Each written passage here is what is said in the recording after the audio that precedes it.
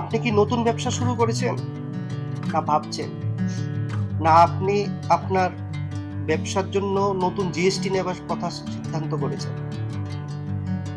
এখন তাহলে প্রশ্ন আসবে, আপনি নর্মাল জিএসটি রেজিস্ট্রেশন করবেন না কম্পোজিশন?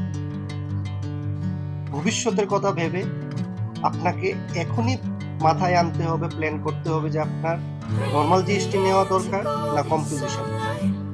না হলে ভবিষ্যতে বাড়তি ট্যাক্স, পেনাল্টি, এটসেট্রা এটসেট্রা। আমি প্রসেনজিৎ ভৌমিক, স্বাগতম এসআরকে মানি টকে।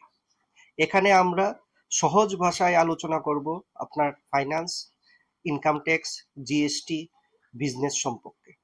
একদম জটিল থেকে জটিল সমস্যাগুলি সিম্পলিফাই করে আমরা নর্মাল লেম্যানরা যেভাবে বুঝে, লেম্যান বিজনেসম্যানরা যেভাবে বুঝে সেভাবে বোঝানোর চেষ্টা করব এই চ্যানেলে।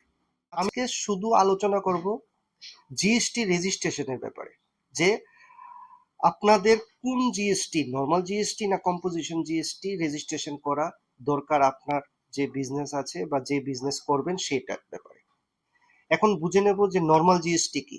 নর্মাল জিএসটি হচ্ছে আপনি বিজনেস করছেন, আপনি প্রোডাক্ট আনাচ্ছেন বা সার্ভিস দিচ্ছেন, তো সেই হিসাবে আপনি সার্ভিস দিচ্ছেন, যদি ম্যান পাওয়ার ইউজ করেন তো সেই ম্যান পাওয়ার এজেন্সি থেকে যে বিল পাবেন সেই বিলের এগেনস্টে আপনি ইনপুট ট্যাক্স পাবেন। ইনপুট ট্যাক্স মিন আইটিসি। তো নর্মাল জিএসটির ক্ষেত্রে কি হবে, আপনি ট্যাক্স কালেকশন করবেন, আর আইটিসি যখন পাবেন, যখন আপনি বিল সাবমিট করবেন জিএসটি রেজিস্ট্রেশন, জিএসটি পোর্টালের মধ্যে, তখন আপনার ওই আইটিসি অ্যামাউন্ট আর আপনার যে পেন্ডিং জিএসটি অ্যামাউন্ট আছে সেটা ম্যাচিং করে আপনি জমা দেবেন। সেটা হচ্ছে নর্মাল জিএসটি। আর যদি আপনি কম্পোজিশন জিএসটির মাধ্যমে আপনি রেজিস্ট্রেশন করাতে চান, তাহলে আপনার অবশ্যই জানতে হবে যে আপনার ব্যবসাটা ছোট, বা আপনার আইটিসি নেওয়ার ম্যাটার নেই, আপনি শুধু বিজনেসটা করছেন, প্রোডাক্ট আনাচ্ছেন, মাল আনাচ্ছেন, এনে অন্য কিছু ওয়ার্ক ইন প্রগ্রেস করে আপনি সেটা সেল করছেন, অন্য কিছু প্রোডাক্ট বেরিয়ে যাচ্ছে, তো সেটার উপর আপনার ইনপুট ট্যাক্সের ম্যাটার নেই, তো সেই ক্ষেত্রে আপনি কম্পোজিশন রেজিস্ট্রেশনে যেতে পারেন। এখন আপনারা বলবেন যে আপনাদের যে ট্যাক্সের কাজ দেখছে বা যারা আপনাদেরকে অ্যাডভাইস করছে তারা বলছে হয়তো যে উইদিন 1 আওয়ারে আপনাদের জিএসটি রেজিস্ট্রেশন করে দেবে। সেটা নর্মাল জিএসটি না, সেটা কম্পোজিশন জিএসটি।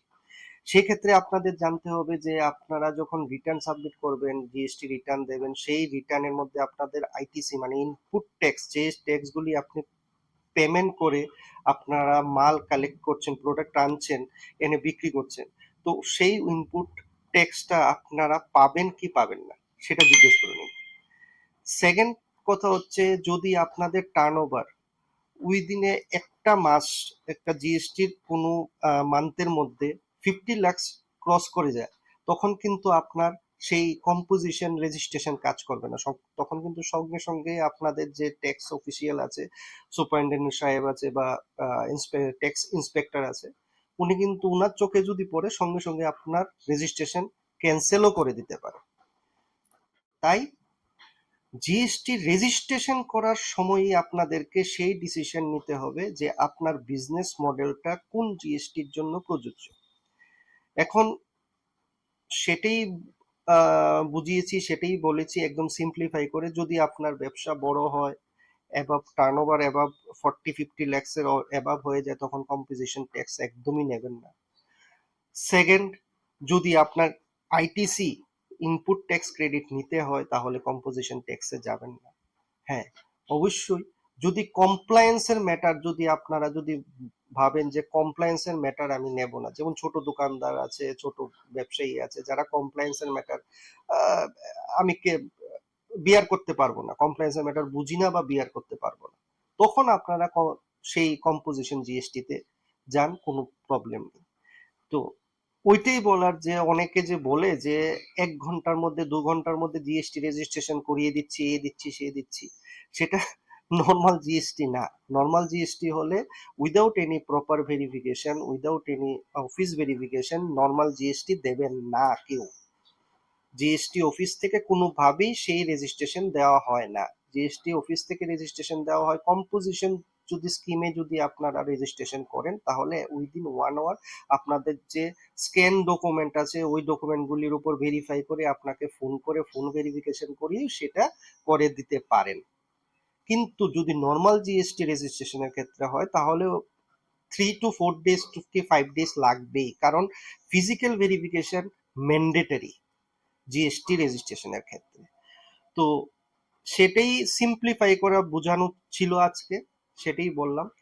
তো আগামী দিনে আরো ডিপলি অনেক কিছুই যাব, যে যে কমপ্লায়েন্স গুলি আপনাদের কাছে অনেক কঠিন বা আপনাদের সামনে অনেক কঠিন মনে হয়, যে এই কমপ্লায়েন্সটা জিএসটি রিটার্ন বা জিএসটি কোনো নোটিশ আসলে সেই নোটিশের এগেনস্টে কি করতে হবে, ডিআরসি 3 কি, ডিআরসি 1 কি, কোন নোটিশের এগেনস্টে কি করতে হয়, বা আমরা যে আইটিসি নেব, ও জিএসটি পার্সেন্টেজ যে 5% আছে, 12% আছে, 18% আছে, সেইগুলি কিভাবে আমরা আইটিসি অ্যাকসেপ্ট করব।